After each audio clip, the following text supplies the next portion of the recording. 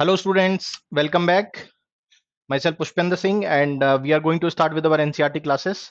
So today you have the last history class for class 8th and we have almost covered your 8th standard history NCERT books, and these classes are basically meant for those students who are preparing for the civil services examination conducted by the UPSC.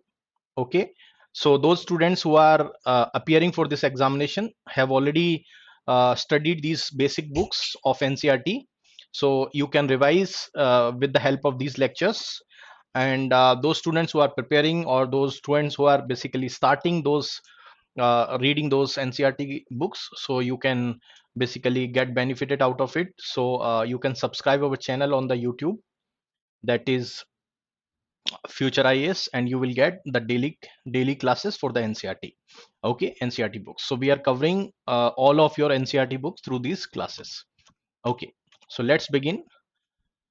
So we were basically studying about the history, right? That is the 8th standard history. That is the last the class for the 8th standard. So the nation in making. What was the steps that were taken, right, in order to make our country as a nation, right? As you know that colonial administration has put the strong resistance in the path of the freedom fighters, right, to to do every possible act, right, to make the country remain as a, right, as as a in not independent, so that makes our nation, right, not to fulfill the dream of independence. So in the first 20 years, the Congress was basically moderate. The moderate means they have not adopted any of extremist policies, right? So the Congress was basically moderate in its objectives and the methods in the first 20 years of their formation after 1885. Okay, so since its inception, it was moderate. Okay, it was in terms of petitions, in terms of promoting the rights of the people, right, taking care of the people, and all sort of demands were also moderate at that point of the time, right? And there was greater need for having the voice for the Indians in the government. Initially, the Indian National Congress also demanded that there should be greater participation of the Indians in the government as well as in the administration, right? Because the Indians participation specifically after you know beyond a particular label was very restricted. Okay, and there was initial demand also that judiciary should be separated from the executive. So there was demand that judiciary should be separated from the executive because there was lot of interference, or interfere between these executives and the judiciary, right? And so there was demanded that judiciary should be separated, right? And as we have completed in our last class, that there was also demand for the repeal of you know your Arms Act. So that repeal of the Arms Act also led to the freedom of speech and expression. Okay, so that freedom of speech and the expression also related to uh, these process, all right? So which has led to the different process of adopting the freedom of speech and the expression, all right? So there was, these were different demands that were put forwarded. Okay, next, it also demanded that the separation of the judiciary from the executive. Okay, then early Congress also raised the number of economic issues. For example, there was the drain of the wealth, right? The Britishers basically drained the India in terms of the all wealth that were taken from India to the Britain. Okay, this led to, right, the poverty and other issues, right, other economic backwardness of the country. So what happens is the British rule ultimately led to the poverty and the famines in our country, right? And which has led to the increase in the land revenue. So because of land revenue, right, the farmers were unable to pay the land due or the land tax, right? And that was basically happened that they were forcibly evicted from their land. This has led to the impoverishment of the peasants. Okay, sometime in the zamindari process also, if the zamindars also could not able to repay or could not able to pay those revenues, they were also thrown out. Okay, so this has led to the impoverishment of the peasants and the zamindars both. And obviously there was food shortage also, because there were exports of the grains to the Europe, and because of some sort of a colonial policies, because of the adoption of, right, you know uh, the policies which was led to the strategic, right, the drain of the resources from the India that were purposefully done by the Britain in order to make our country perpetual, the slave of the Britain. So that makes, the country to drain in every aspect, be it the food production, be it the revenue, land revenue, or anything, right? So it has bleeded the India like anything. Okay, now the freedom is our birthright that was given by Bal Gangadhar Tilak.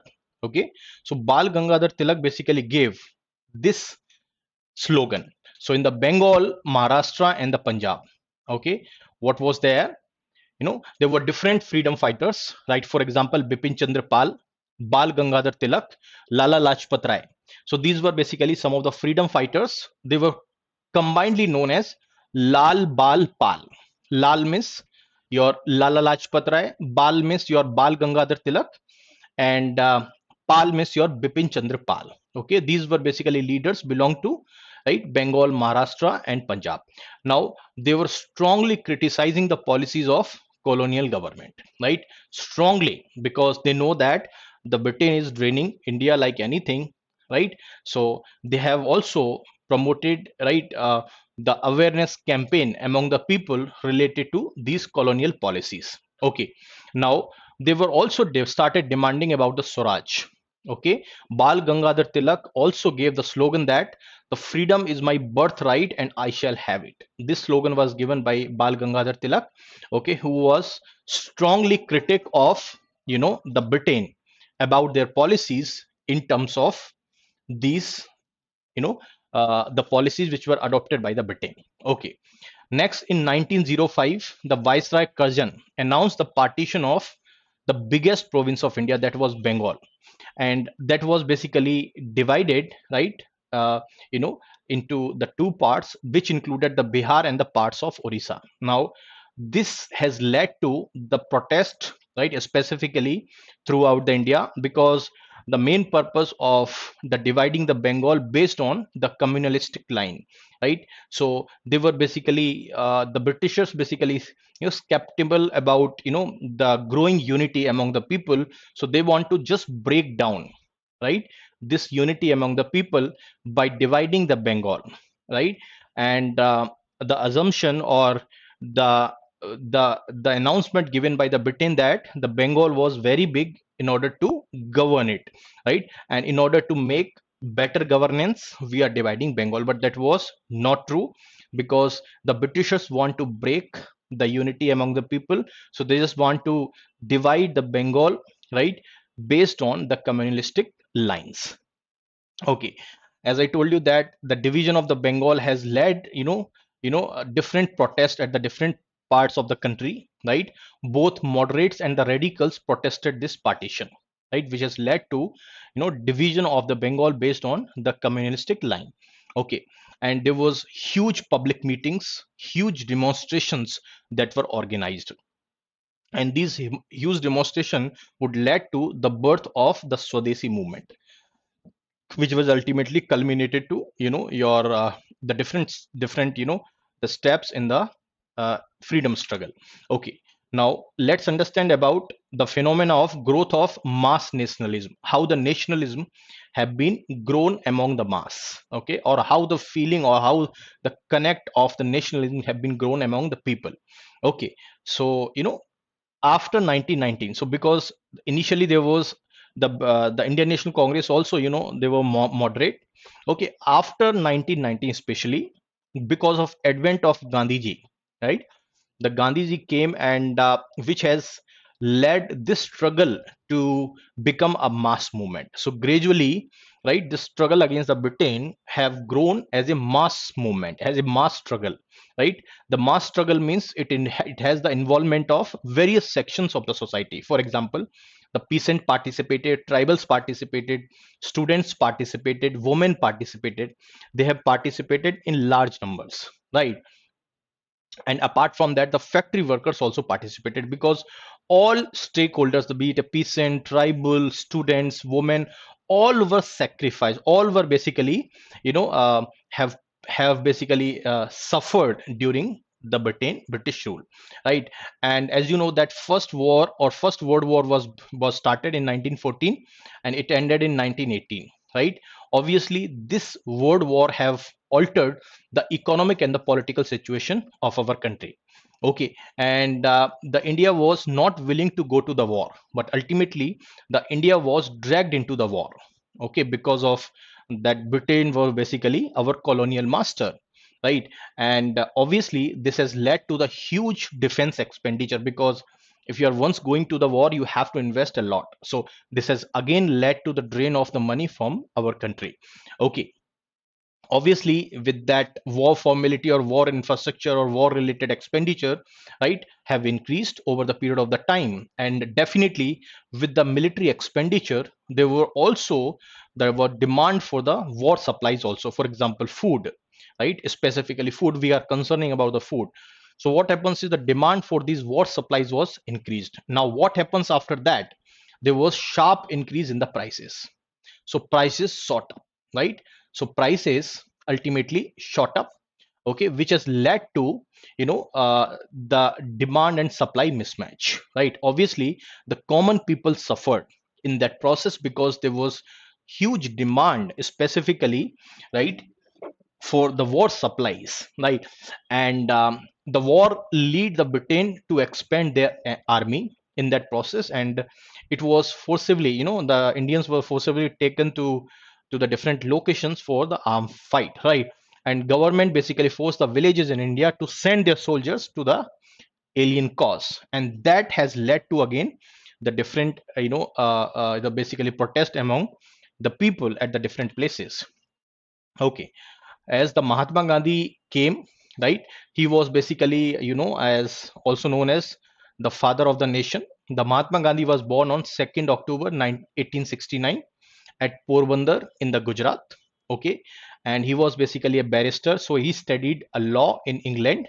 Okay, and later after studying the law, he went to South Africa for the practice. Okay, and he went for a tenure, but he stayed there for almost 20 years, right? And there also the Mahatma Gandhi also promoted the cause of, the workers who were basically the Indian origin. Okay, and there he became the mass leader, right? As well as when he came to India, he became also the mass leader of India. And this has led to the, the expansion of your nationalism among the masses, right? So in the South Africa specifically, the Gandhi has led the struggle for the Indians, right? Obviously the Gandhi was strong and the firm believer of non-violence, right? So the Gandhi has led non-violent marches against the racist restrictions which were imposed by the colonial masters in the South Africa. So there was racism, right? There was apartheid policies that, discriminate between white and the blacks, right? And these non-violent marches which was led by the Mahatma Gandhi has led, earned him the great respect and popularity at the national as well as at the international level. Okay, and you know there was there was still, lot of scope of expansion these three lines, but the point is that this is only class 8th. Now we are not venturing into that detail into what the Mahatma Gandhi exactly did in the South Africa, right, to stop this racist restrictions, and what other, the violence, what other non-violent movement was he started, right? So we will be covering all such things in our higher classes, right? Okay, so for example we will be studying these things in the 11th and 12th history books. Okay, then Mahatma Gandhi returned to India. Okay, and initial year he did not participate. Now what happens is initial year he was just traveling throughout the country, right? The main purpose of the traveling of the Mahatma Gandhi across the length and breadth of the country is to understand the people, is to understand the nerve of the people, their needs and their overall situation. So Mahatma Gandhi tried to assess the situation, their needs and the overall situation of the people. Okay, and as soon as the Gandhi returned, right, he launched a local movement in the Champaran, in the Kheda, and in the Ahmedabad, right? And these three movements, Champaran, Kheda, and the Ahmedabad, which has, you know, received him the great success, and which has made him a great leader for the country. Okay, so first is basically the Rowlatt Satyagraha. So the Rowlatt Satyagraha was basically, what was Rowlatt Act, right? The Rowlatt Act basically, empowered the provincial government. So you have the provinces, the government that set up in the provinces are called provincial government. So the provincial government can basically search any place or can arrest any person, right, without warrant. So that was the Rowlatt Act. So Rowlatt Act basically empowered, right, the provincial government to search any place, to arrest any person, right, wherever he or she found suspected in this any place in the provinces, right. So this has led to the huge, basically protest among the people. And what happens is, this Rowlatt Act was passed by the government in 1919. Okay, now Gandhiji basically launched a satyagraha against this Rowlatt Act, which was basically, discriminating, right, the people, right, as well as it is simply a misuse of the power by the provincial government. Since just because of the suspicion, how can you arrest, or how can you arrest the people, right, without the warrant? So that was actually not good. Okay, and obviously this has curved the fundamental rights such as the freedom of expression, right, the freedom of speech and expression, as well as, right, it has also strengthened the police powers, because the power to arrest the person just based on the suspicion even without the warrant has basically given the huge power to the police to capture and arrest any person, right, based on the suspicion. So Gandhiji started basically the satyagraha. Okay, now Gandhiji as well as Muhammad Ali Jinnah both criticized this act as a devilish and tyrannical, right? Because this has reduced the scope of the freedom of speech and the expression of the persons. Okay, in April 1919, what happens is a nationwide hartal was basically launched. This nationwide hartal was basically, against the government repressive measures, against the government brutal measures, right? Obviously, to suppress the persons. So this nationwide hartal was basically launched, right, to force the government to take back this type of laws. And as you know about Jallianwala Massacre or Jallianwala Bagh Massacre, this was done intentionally by the General Dyer in the Amritsar. Okay, specifically when the people assembled during the Vaisakhi Day to celebrate, right? What happens is the General Dyer came and fired indiscriminately, right, in the people, and thousands of the people killed during the Vaisakhi Day, right? So that was the day of this repression. Okay, next, you have the Khilafat agitation, right, and the non-cooperation movement. As you know that, right, the as after your the First World War, right, there was there was two groups. Now the Britain basically imposed the Harsh Treaty. The treaty was outcome of your First World War on the Turkish Sultan or the Khalifa, right? And this Khalifa was considered as, right, as a as a sovereign figure by the Muslims across the world. So what happens is, with the imposition of this harsh treaty on this Khalifa, what happens is the Khalifa was deprived of his political powers and the authority. Now what happens is, once this harsh treaty was imposed, a Khilafat movement was launched. This Khilafat movement was launched basically to protest against such harsh treaty on the Khalifa. It was launched by Muhammad Ali and Shaukat Ali, right? And it was led to, or it has initiated a full-fledged non-cooperation movement against the Britain.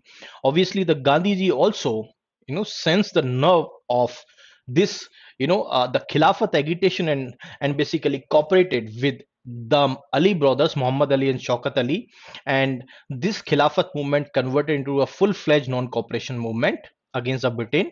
And this was, agitated, or this was a non-cooperation movement ultimately happened under the leadership of Gandhiji. And obviously with that non-cooperation movement, right, the leaders basically demanded the Swaraj. Okay, and what happens is, in 1921-22, okay, this non-cooperation movement, which was started as right? As the your Khilafat movement, this gained a momentum. Okay, and what happens is with the request of the Gandhiji, right? Thousands of the student left government controlled schools and the colleges, right? Because Gandhiji basically asked the people to not to attend all those colonial schools and colleges and all sort of things, right? Even many lawyers basically gave up their practices in the support of or in the solidarity of this non-cooperation movement, which was you know um gained momentum during that period of the time. For example, lawyers like Motilal Nehru, C.R. Das, C. Rajgopalachari, Asaf Ali both gave up their practices. Okay, and in that protest also, many renowned people that have conferred the British titles, they have returned or they have surrendered their British titles, right? And the people who were sitting in the legislatures, right? So those legislative assembly people or the members of legislatures have been boycotted, or they have simply boycotting these legislative process, right? And the people also participated in the mass. The people lit public bonfires, right? Specifically, they lit the foreign clothes in the protest and the solidarity with the non-cooperation movement. So this has ultimately led to the full-fledged non-cooperation movement. Okay, now what was the people's initiative at that point of the time? Obviously, right, in the different places, right, the people basically, started different types of campaigns since it is been led by the Mahatma Gandhi. So it was the huge, there was huge backing up for the non-violation campaigns. So in Kheda, Gujarat, the Patidar, which is a basically, the powerful caste, basically these peasants basically organized the non-violent campaign against the high revenue demand that was basically demanded by the British. Okay, and apart from that, the coastal Tamil Nadu and interior Tamil Nadu, coastal Andhra, interior Tamil Nadu, as well as, right, the certain pockets of Andhra and Tamil Nadu also, right, the people came heavily on the liquor shops, right? So these liquor shops are basically picketed. Okay, and in the Bengal, since there was huge Muslim population, so the Khilafat non-cooperation alliance gave enormous communal unity, because in the Bengal, specifically in the East Bengal, right, this is Muslim dominated area. So this has led to the greater sense of the communal unity among the people with the advent of this Khilafat non-cooperation alliance, and that has strengthened the national movement for the independence, which was ultimately achieved in 1947. So this has again achieved with a great success. And in the Punjab, the Akali agitation, which was started by the Sikhs specifically, right, they were basically demanding that from the gurudwaras, corrupt practices was basically done by the corrupt mahants, right? These corrupt mahants are basically promoting corrupt practices. So this Akali agitation or Akali movement basically demanded that those corrupt mahants should be removed out from the gurudwaras, and ultimately that was supported by the British ultimately, after brief uh, protest. Okay, now, as you know, that Mahatma Gandhi is also known as the people's Mahatma, because he has the greater sense of understanding of the people. Okay, and people also understand that Gandhiji is a kind of messiah that came to India to to protect the people from the tyranny of the Britain. Okay, and obviously the people think that he is the person who can basically overcome their miseries and the poverties, specifically because of your Britain or because of British policies. Now, what Gandhiji want? No, Gandhiji want to build a class unity, right? Not the class conflict. So he want that among the different classes there should be a unity. Okay, and he also want that the peasants could help, right? In terms of their fight, right? As well as this fight should be against the jamidars, right? And the agricultural laborers also believe that the Gandhiji could provide them a piece of the land for the cultivation. So he was considered a masiha among the different peoples. right? Who consider him as a people's masiha, as a people's mahatma, who can basically provide them all sort of a relief. Okay, now what happens is in February to 1922, right? What happens is there was chori chora kand. This chori chora kand was basically led to the huge violence, right? So what happens is a crowd of the peasants basically put completely a police station on the fire, right? And in that process 22 policemen were basically burned alive in the police station. Okay, now what happens is this chori chora kand has led to the great shock to the Mahatma Gandhi, and ultimately what happens is the Mahatma Gandhi called off this non-cooperation movement. It called off this non-cooperation movement, right?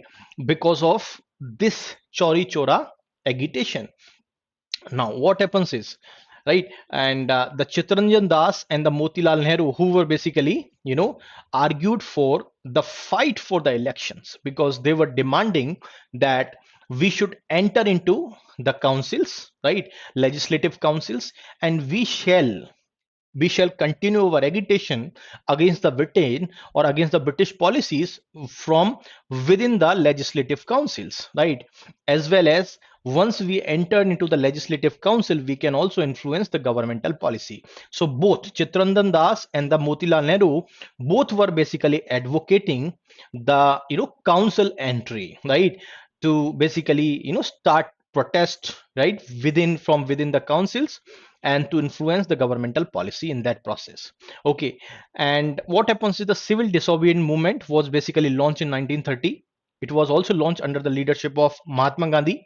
Okay, and there was also the formation of the Rashtriya Swamsevak Sangh. Everybody knows about Rashtriya Swamsevak Sangh. Okay, and the Communist Party of India, right? They were two different the organizations that were basically developed in mid 1920s. Okay, and obviously the Congress or Indian National Congress basically gave the resolution to fight for the Purna Swaraj in 1929, right? It was basically given under the presidencyship of Jawaharlal Nehru, and in 26th of January 1930, it was observed the Independence Day for all over the country. And that is the reason we have chosen this 26th of January as a Republic Day celebration. Okay, this we have chosen, right? This 21st, 26th of January as a Republic Day, because on that day we have observed the Independence Day of 1930. So that day of 1930 was celebrated or was observed as an Independence Day because the Indian National Congress, right, resolved to fight for the Poon Swaraj in 1929, and with that outcome in 1930, 26th of January was observed as a Independence Day. Now once this protest continue, right, for the civil disobedient movement, right, what happens is there was there was basically discriminatory salt law, right? There was complete monopoly of the manufacturing of the salt to the Britain. Okay, this has led to the huge problems, right, to the local people, right? So what happens is the Gandhiji decided to break this discriminatory salt law. So the Gandhiji basically started marching towards the Dandi. The Dandi is basically a coastal town, right, in Gujarat. So what happens is 1930, the Gandhiji started a march to break this discriminatory salt law. And what happens is there was a complete monopoly on the manufacturing of the salt and the sale of the salt to the state, right? And this discriminatory law would provide the monopolistic pricing to the manufacturing of the salt. So what happens is the Gandhiji, in the protest to this, this salt law, has started his march, right? Along with many followers also marched from Sabarmati Ashram, which is located nearby the Sabarmati, nearby the your Gandhinagar, to the coastal town of Dandi, right? There, after reaching over there, the Gandhiji took uh, a piece of salt, and that has led to the breaking of the salt law, right? Obviously this salt, which was naturally found on the sea shore, right, as the boiling seawater that produce that sea salt. Okay, so Gandhiji broke this discriminatory salt law by producing salt from the seashore. Okay, now what happens is the combined struggles of the people, definitely the people also participating in this national struggle, so that actually bore the fruit. And ultimately the Government of India Act 1935 was basically passed, and this Government of India Act 1935 basically prescribed the provincial autonomy, right? And the government basically announced the elections to the provincial legislature in 1937. So the elections was announced in 1937, and obviously the Second World War was basically broke in September 1939, and it continued up to 1943, right? This Second World War continued. Now what happens is, obviously the Congress leaders were basically willing to give the support to the British war effort during the Second World War. But what they want, the Britishers want that the Britishers should give India as a independence, right? So the Congress, in turn of giving the support to the war effort of the British in the Second World War, demanded that the Britishers should grant them independence after World War got over. Okay, but what happens is the Britishers refused to concede this demand, which was given by the Indian National Congress, right? So Congress leader demanded that we will support you only when you provide us the independence after Second World War. But ultimately, British refused this demand. And what happens is, in that protest, the ministers basically resigned from the protest. So British basically resigned from the protest, and in that ultimately led to, right, uh, you know again the protest among the people. Now what happens is there was also the Quit India movement. This Quit India movement was basically started, right? Mahatma Gandhi was decided to initiate this new phase of the movement, which is known as the Quit India movement. Okay, it was obviously against the Britain, right, in the middle of the Second World War, because now Gandhiji as well as other Congress leaders also understand that it is very difficult to gain the independence from the Britain unless we start this Quit India movement. Okay, because the Britishers refused to concede the demand of the independence from to the country, right? So first response of the Britain, or especially the British, was a severe repression, right? So they put all effort to contain this movement, right, or to contain this Quit India movement. So in 1943, by the end of 1943, almost 90,000 people were basically arrested. Okay, and in that violence, around 1,000 people were basically killed during the police fighting to contain, right, such type of the Quit India movement, which was started obviously by the Gandhiji. Okay, next, how it has led to the independence and the partition. So what happens is in 1940, the Muslim League basically, sense the nerve that it has not, or it is not going to win, right? The enough, the perk from the Britain, unless it started demanding the separate nation.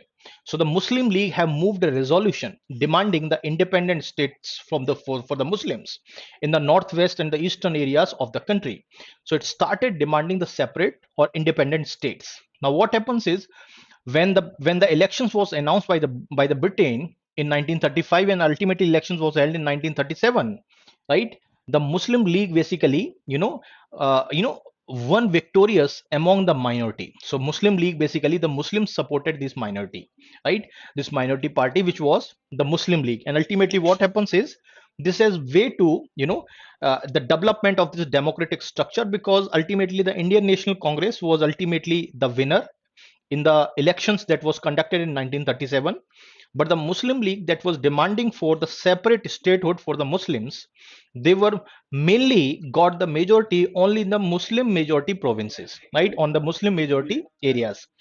So what happens is, this has led to the Congress rejection of the League's desire to form a joint Congress League government in the United Provinces in 1937, right? And that basically annoyed the League, because why would we take, or why would the Congress should take, the support of the league, when the Congress has the majority in the United Province. So that was basically, this step started annoying the league in that process. Okay, and in 1945, what happens is, when the World War got over, right, the Britishers started negotiations between the Congress, league, and for the independence of the India, right? And ultimately, this talk, which was initiated by the Britain, ultimately that talk failed. And what happens is, the league accelerated the demand for the Pakistan because the talks failed, and ultimately the British sent the cabinet mission, okay, which is a three-member mission, to Delhi to examine this demand of the separate statehood for the Pakistan, right, as the for the Muslims. So what happens is, since the cabinet mission also rejected all such demands, so what happens is, in 16th August 1946, the Muslim League basically declared the Direct Action Day. So that Direct Action Day has led to the huge violence in the different parts of the country.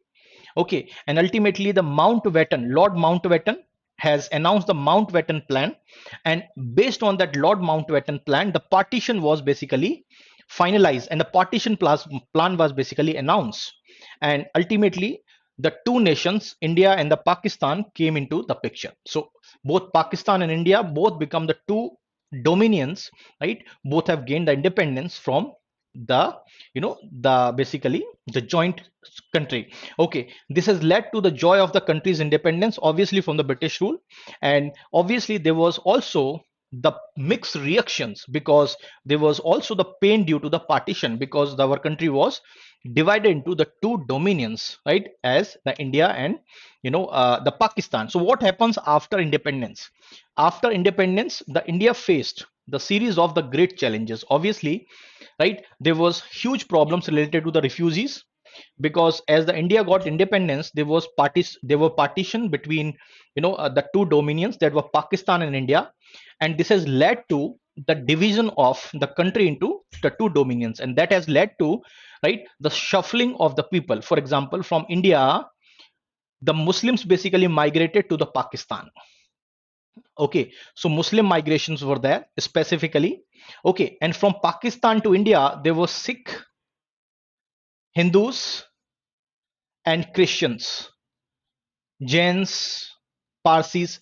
These people basically migrated from Pakistan to India. So there was huge problem related to the refugees, and the demand for the princely states also, there was very high, because they have to be get integrated into the union, so that their demand has to be addressed in immediately. And new nation has to be adopting the political system that would be best serving the expectations of the society, expectations of the people. So that political system, for example, we have adopted the parliamentary system, right, after we have enacted the independent constitution for the independent country. So that was altogether a new challenge that the Indian founding fathers, or Indian the founding fathers of the basically the India got have found. And Indian population in 1947 was basically very large, and it was divided. And the division was based on the caste, right? That is, for example, you have the high caste and you have the low caste. Okay, there was division among the people between the high caste and the low caste. Obviously, there was also division among the people based on the communal lines, for example, Hindu, Muslims, right? So those were basically the different divisions among the people based on this caste lines, based on these communal lines. And ultimately that has very different challenges, which was also given to the independent country, because our founding fathers also want that every such problem should be resolved, right, with least resistance among the people. Okay, now a constitution was basically written down. Okay, now the Constituent Assembly, which was the main body, or which was the body which was given the task of the enaction of the constitution for the independent India, that the meetings for the Constituent Assembly was held in New Delhi. and representatives from the different parts of the country basically attended this meeting. Okay, and this has led to the discussions and ultimately led to the framing of the Indian Constitution, which ultimately we gave into effect on 26th of January 1950. Okay, and we have adopted the universal adult franchise, in which we have chosen, initially the voting age was 21, but now it has been declined to, or it has been reduced to 18 years. But initially that was 21 years. So what we have chosen, the universal adult franchise, that is any person who is above 18 is eligible to cast a vote, otherwise it is declared, ineligible to cast the vote. So we have adopted the universal adult franchise, and the constitution basically guaranteed the equality before the law to every citizens of the country, whether it is, irrespective of caste, creed, race, right, gender, or anything, right? So that is, the constitution has the different features that you could understand with the help of your polity. Okay, and the important feature of the constitution was that it offered the special privileges for the poorest and the most disadvantaged sections of the society, right? The constitution also abolished the untouchability, completely abolished, and the Hindu temples which were previously closed for the untouchables, now they have opened to the untouchables, specifically the people who belong to the SC/ST community. Okay. Along with that, the untouchables, Adivasi, scheduled tribe, scheduled caste, they were also given the reservation in the government seats. For example, SC/ST people have been given reservation in the lower house of the legislature, as well as they have given reservation in the government jobs also. So the constitution provide all such positive discrimination in favor of the untouchables. Okay, the constitution also tried to balance, right, between the center and the states, but our constitution fathers or the founding fathers intentionally make the center more stronger, because the founding fathers is basically want intentionally the center to be more stronger, right? Obviously, with the adoption of the three lists, that is union list, state list, and the concurrent list, right, the most important items have been given to the union list, right? The union list have consisting of the subjects, that is tax, defense, and foreign affairs. Obviously, the task of, right, the governing the task of enaction of the law or legislating on the subject and execution, this responsibility goes to the center.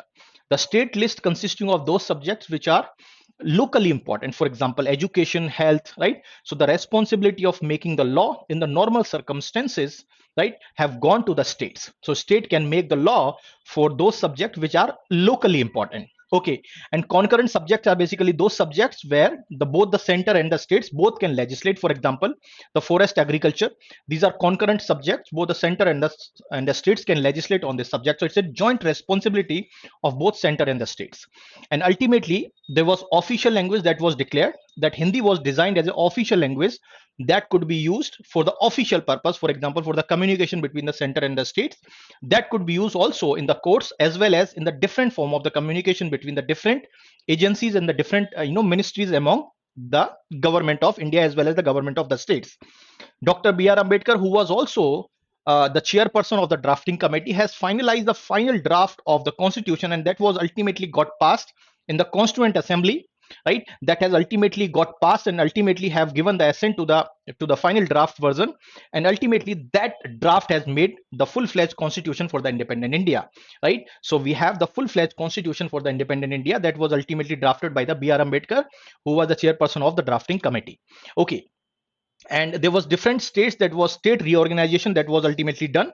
So the state reorganization, there was first state that was formed, that was the Andhra Pradesh. So Andhra Pradesh was basically the first state that was based on the linguistic criteria. So first of all, there were different demands from the states based on the linguistic criteria. So Indian National Congress also exceeded that demand, but that too at the late, right? The Prime Minister Nehru, the Deputy Prime Minister Vallabhbhai Patel was against any such reorganization of the state based on the linguistic criteria. But what happens is, the Congress veteran, that is Poti Sri Ramalu, he has done the fasting for more than 60 days. And what happens is, the Poti Sri Ramalu got died in that fasting for the demand for the reorganization of the Andhra Pradesh based on the linguistic criteria. And this has sparked the huge violence in the Andhra Pradesh. And ultimately, in 1952, in 1953, the first such linguistic based state was basically carved out, that was Andhra Pradesh, because of the huge protest that was there in the state of Andhra Pradesh, and that was on the 1st October 1953, the new state of Andhra Pradesh that was created. So obviously there was also the planning for the development, right, for the major initiative to lifting the country, lifting the people from the independent, from the poverty, for building a modern technical and industrial basis was very strong. The government of India has adopted the different policy for the development of this technical and industrial base, right. The government of India also set up the planning commission, right, in 1950 now, which have been replaced by the Niti Aayog, by basically your the Prime Minister Narendra Modi as soon as he came to the power in 2014, right. And the India adopted the mixed economy. The mixed economy means you have basically both the public and the private sector participation, right. So both the private sector and the public sector both can coexist with them. Okay, so that was basically adopted, and we have adopted also the 5-year plans based on the development of this, the economic development of the country. So that's all. Thank you very much. We have completed your 8th standard history book completely. So from tomorrow we will start the 9th standard history book. All right, so thank you very much for attending this session. Thank you.